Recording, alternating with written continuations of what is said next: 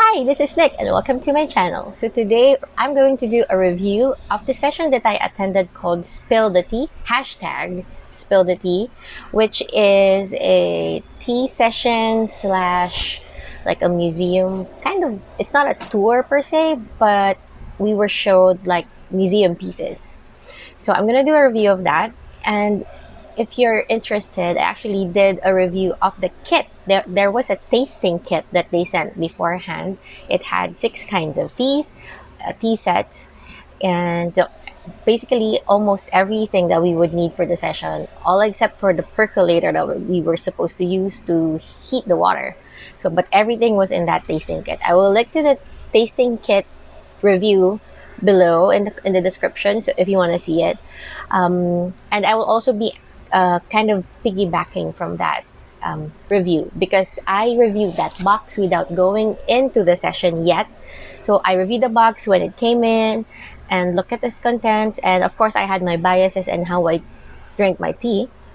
So there. So I wanted to do this review in connection to that review that I did. So let's start.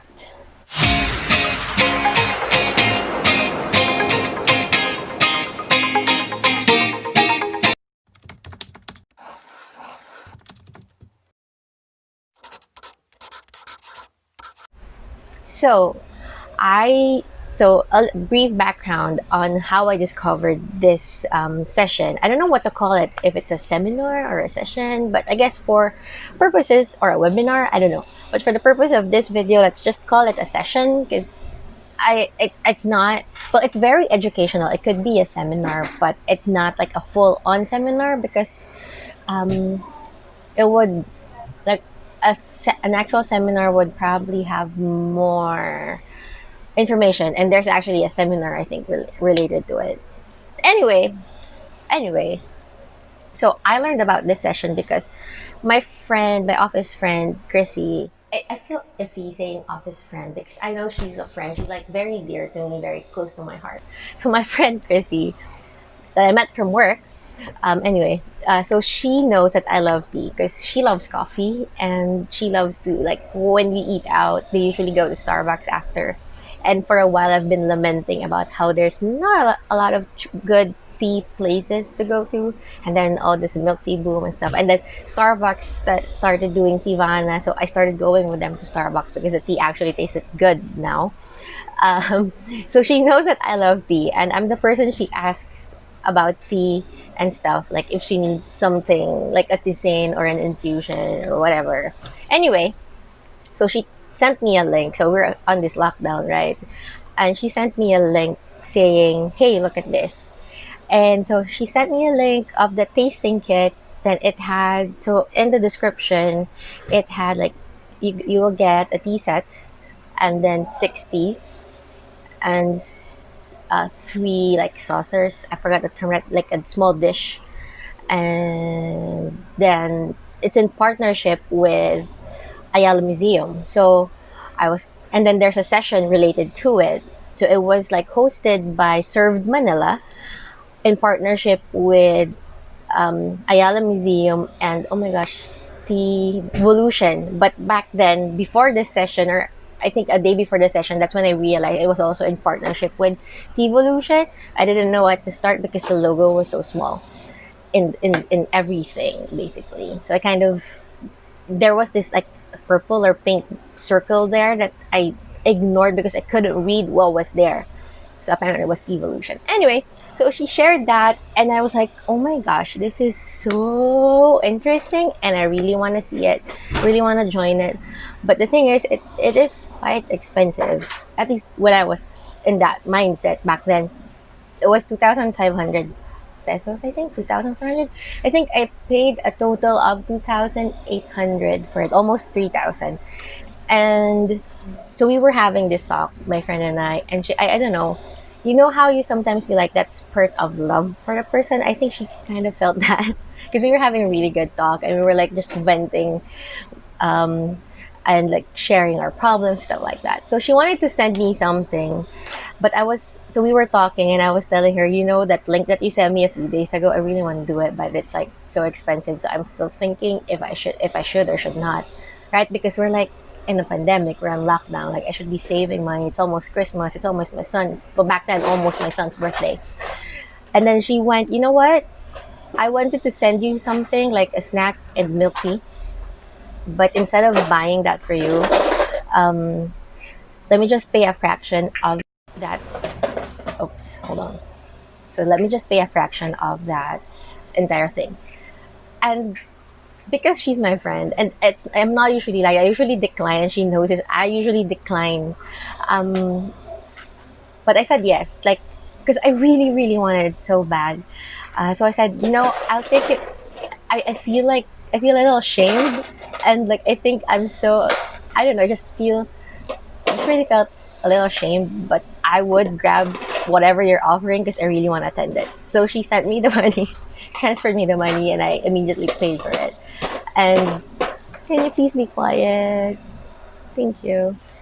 And so there. So they sent the box like a week after I purchased it. And I did the review, and again, it's in the description box below. And to be honest, like if you watch the video, you could probably hear the disappointment in my voice because everything was so plain and so white, and it looked like they're cheap ceramics that you could buy in like the Piton arcade. That's and it's just white. And you know how like the Chinese tea sets, and like when you not when you go in a Chinese restaurant and they have like their own Chinese, like they have their house tea that they give you, right? And they're served in this cheap ceramics, white ceramics. It's exactly that. And it's like I'm like, okay, this is not something that I really like. I like white. I like the whole clean and white aesthetic, but this is not something that I like. It felt so cheap. And mind you, it was all including shipping, it was almost 2,800. So I was like, ah, this, and I mentioned several times in that video, the session better be good. And you know what? Oh my gosh, it was so good. It was so good.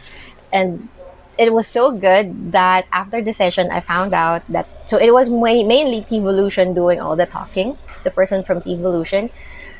I'm sorry, I forgot her name, but she was talking about tea, the history of tea, and all that shebang. Like, all, and then what is tea? What is it is saying? What is like an infusion and stuff like that? And that was like, that's something I really, really enjoy, because I like geeking out on things that I'm interested in.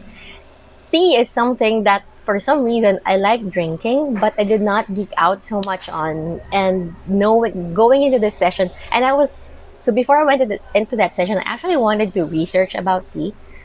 But then again, I told myself, you know what? Don't.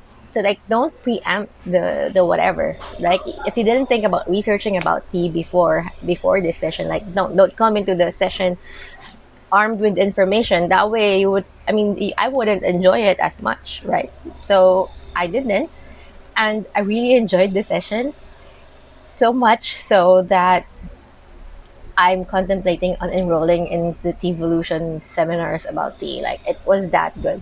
And mind you, the information that she provided is readily available in the internet. Like some of the things that she mentioned, like how long you should brew tea and stuff like that. It's specific kind of tea and how long you should brew it. That of course is in the internet, but they sent us a guide anyway. And then, oh, and then I learned the most important thing that I learned in that session is that white tea is not um, decaffeinated. In fact, it's the most caffeinated of all teas. And I was like shocked because white tea is the most less the least processed tea. So if I go to Google, so when I was pregnant with my eldest, I was actually Googling about which teas I could drink because there's like this caffeine limit and all that shebang, right? So, and then I actually encountered several saying, white tea, flower tea, blah, blah, blah, is good. So I'm like, okay, let's drink white tea. But when I drank white tea, I actually felt the caffeine flowing through my veins. I actually chalked that up to being pregnant and being sensitive to whatever. But so in that session, she actually explained that because it's the least processed of all the teas, it retained the natural caffeine of the plant, and so it has the highest caffeine content. And it's so funny because, well, so here's how it went.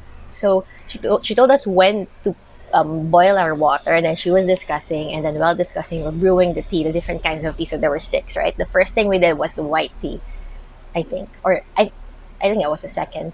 Um, when I was drinking the white, so I was drinking the white tea. We were brewing it, and then I could like feel the caffeine again, like flowing, because I could feel it. That's why I don't like drinking coffee so much. Like I only drink it if I know I need it. Like I know I need a caffeine kick. That's when I drink it. So because I could feel the caffeine like literally flowing, and like it's like electricity flowing in my arms and my nape, and it's making my hair stand on end. It's a prickly, tickly feeling. It doesn't feel bad, but it feels weird, and that's that's how I felt with white tea when I was drinking it, and I was like, this makes so much sense. Okay, and then apparently, so it varies. So I think white tea is like the least processed, and then there's I think yellow tea, and then oolong green tea. And like, what's the difference between oolong and green tea? I thought initially like oolong is the same as black tea. Like that's how I saw it, and then apparently black tea. What we know as black tea is actually red tea. They just call it black or red somewhere. So there. Oh, I think in Chinese they call it red tea, but in the Western world it's black tea, and then it's become colloquially known as black tea, but it's actually reddish in color. That's why it's red tea, and that always made me wonder, like when I'm drinking like the Chinese tea in Chinese restaurants, the tea is red, right? It's not black. So, and that's kind of what made me think that oolong was actually green tea, but it wasn't. So anyway, so the difference is, so they all came from the same plant, Camellia sinensis, but it's like the different processing, like the different steps of how to process the leaves is what makes the varying kinds of teas, and the six teas that we discussed back there in that session are like the six major types of teas. And I don't know if I could still remember all of them because that session happened 3 weeks ago, I think. Yeah, so that's white tea, yellow tea, oolong, green, black, and pu'er tea. So yeah, I still remember it. I hate pu'er tea. It just doesn't taste really good. For me, it tastes like a wet doormat. I'm sorry. It's just not for me. So we discussed the different kinds of tea and how to brew the tea, and like some brief history, and also how we connect to the overall like Chinese tea evolution, I guess. um, As you would notice, I'm from the Philippines, and we don't drink that much tea here. We're more coffee people, and I guess it's because of we've been westernized so much. Um, we've been a colony of Spain for 300 years, and then America for I cannot remember my history. How long? 6 7 years of the U.S., and then 3 years of just 3 years of Japan. So we kind of lost that Asian connection with the Chinese. Like the lost a lot of the cultural things that we got from the Chinese when we were trading with them prior to Magellan coming here.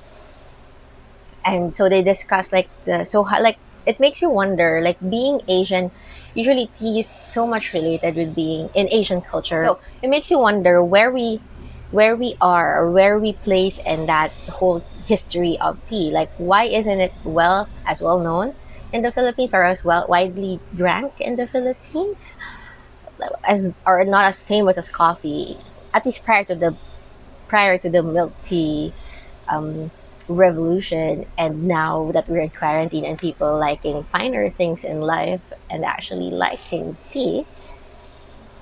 So and then so we were showed at the Ayala Museum side. We were showed the pottery that was excavated from different parts of the Philippines, the ones that they have on display in Ayala Museum, which actually makes me want to visit Ayala Museum because we have it there. It's like the contents of our museum is actually our heritage, our own. Because usually with museums, especially foreign museums, they put art there that is not theirs. Like a big chunk of their museums are not their culture. It's more of the cultures of other countries that they brought there. But what I like about our museums is that we display things that is our own, right? It's our own stuff. So it makes me want to go there, and probably when this pandemic lifts. So overall, the session, if it was paid, yes, but I'm sure it was also like a marketing thing for Ayala and for T-Evolution. And it's on that regard, it's very effective because I want to enroll in the Devolution seminars and I want to go to Ayala Museum to actually check out the museum. And at the same time, I want to um, I want to join more of Serve Manila's sessions because it's very like for a very light-hearted session, you get to learn so much at at bite-sized um, levels, morsels of information that you don't get overwhelmed at all. So it's you get enough information to be a piece. Like if you're a cerebral person like me, it gives you enough information to tease your mind and like this and like think, okay, I want to know more. I want to enroll more. It's like a perfect teaser. But if you're not the kind of person who enjoys geeking out on stuff, it's just enough information. Plus, it's very interactive. Like you're doing something, you're learning about something while doing something. And if you look at Serve Manila's website, they have like something about chocolate, about wine, although those sessions were done already. But it makes you wonder, like drinking wine, tasting it, and learning about vintages and harvesting and stuff like that. It's fun. Like cheese, for example, learning more about cheese as you eat cheese. Like it's a very immersive session learning about something that you like. And it's like this is such a perfect idea. And so I paid that. So let's say I paid 3,000 for it. Like just let's just round it off. It's 2,000 something, like 2,600, 2,800. I paid 2,600 or 2,800, or I don't know. But let's just round it up for 3,000 pesos. I think with the session plus the kit that I received, the tasting kit that I received, it's so worth it. Like very, very much worth it. And to the point that I would actually want to enroll or attend another Serve Manila session, but also go into a more in-depth seminar about tea and also visit Ayala Museum to learn more about our history and how we relate to tea and all that shebang, you know. So, oh, and then some things that I mentioned in the other video that I made, the tasting kit review, that I was surprised. So it was intentional. Like it being just white was and simple is because they wanted us to see the texture, how the leaf changes, and the color of the tea. There wasn't a strainer. I mentioned that it was lacking a tea strainer, and that was explained in the session. Like we don't, you would. It's better to like just let the teas open up, and so you would get more flavor, and it's better and stuff like that. So it's actually better you strain it after when you're pouring it to strain it there, not put it on a strainer like a tea bag. So and it's like wow, I didn't know that. So it's something that's something new, right? And then I also learned that what else did I learn? Oh, that you have to like heat it up a little, heat the tea, like cook it a little, pour a little hot water, cook it a little, and then pour it out, and then pour the actual water that you're gonna consume the tea with, and that's because it starts to open up the tea. And I always I've always been telling my friends that I like the second, like if you're using a tea bag, second steeping of the tea bag, or if you're using loose leaf, the second time that you put water in the tea leaves, that's the for me that's the best flavor of tea. And apparently it's like science back that it does the second batch of water actually makes tea yummier because the leaves have opened up more and like cooked more, so it like gets more flavor. And I didn't know that, but I learned that there. So it was really, really a good experience, a good learning experience, and I just loved it. And I don't know if they're gonna repeat sessions, but if they do repeat sessions, if you're a tea enthusiast, I would actually suggest that you attend it. It's really, really good. So there, that concludes this review. And I hope to see you in the next one. Thank you for watching. Bye.